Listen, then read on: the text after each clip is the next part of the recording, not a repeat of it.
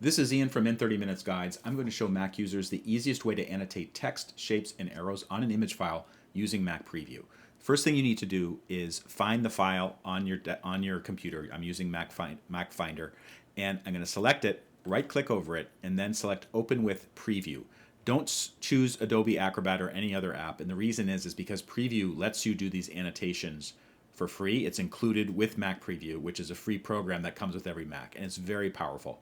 So here we have the image that I want to change. And what I'm going to do, the first thing I'm going to do is to see I need to be able to see the toolbar, which is not visible right now. I'm going to go to View, and then I'm going to Show Markup Toolbar. That's what we want.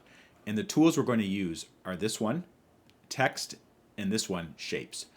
One other thing you need to know, if you don't see the toolbar or you want to add these shapes and text using another method, if you go to Tools, Annotate, the same tools are available here. But I'm going to use the toolbar because it's easier to see everything. So we have this image file. Spread it out so there's no distractions.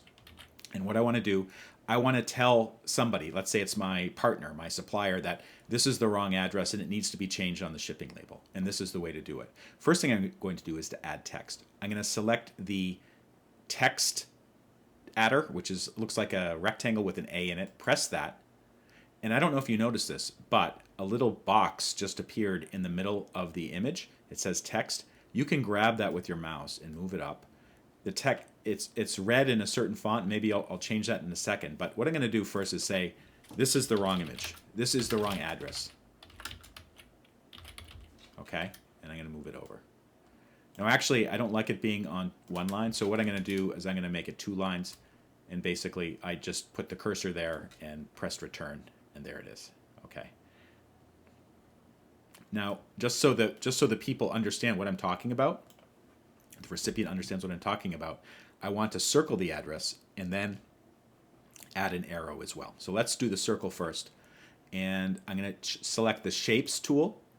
And you can see there's a bunch of different options here. I'm going to select this circle.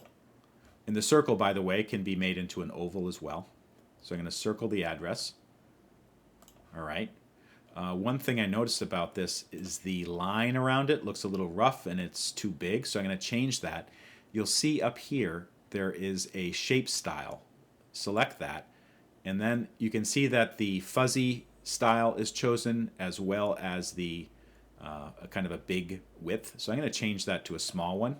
That looks better, and maybe I'm going to get rid of the fuzzy shape by deselecting it. So now it's kind of a clean oval line. That looks good, and maybe I want to change the color too.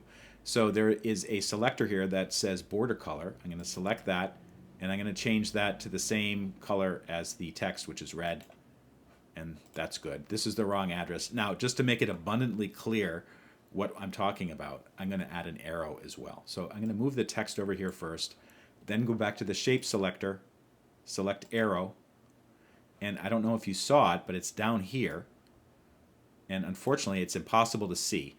I don't know why it's like that, but you can see there's a 2 blue dots and a green dot. The green dot is the kind of the midpoint of the arrow. The blue dot is one end of the arrow, but we need to see what color it is. So I'm going to select, let's see if it's this one. No, that's not that. Maybe it is this one. Yeah, so this is the border selector. I'm going to select black. Okay, there, it just popped into view. And what you do is you can, first of all, you can just move it around like that just by grabbing it. But you can also move one end just by grabbing the tip. Just click on the little dot at the end, and then you can move it there. And let's change the color of this again. Maybe I don't like black. I'm going to change it to red again. And then maybe I don't like the kind of the arrow style. I think you have the ability to change that as well. Oh, maybe not. All right, well, let's just live with that. I think that looks okay. And maybe just move this over a little bit. And then one last thing you need to do is you need to make sure that you save it. So press Command-S to save it, or you can close out of it and make sure it's saved. Once you do that, you can't edit these shapes anymore. So that's all you can do. But this is really enough to get started with annotating it. I do this all the time. Sometimes I post these images on social media if I'm talking about something, or if I need to explain to somebody, like, this is the issue that I'm facing right now, and maybe they're not familiar with it. So having the annotations really helps makes things clear. If this video helped, please take a moment to like it and follow me. There's more information about In 30 Minutes Guides and other features that we offer on our website. Thanks so much for watching.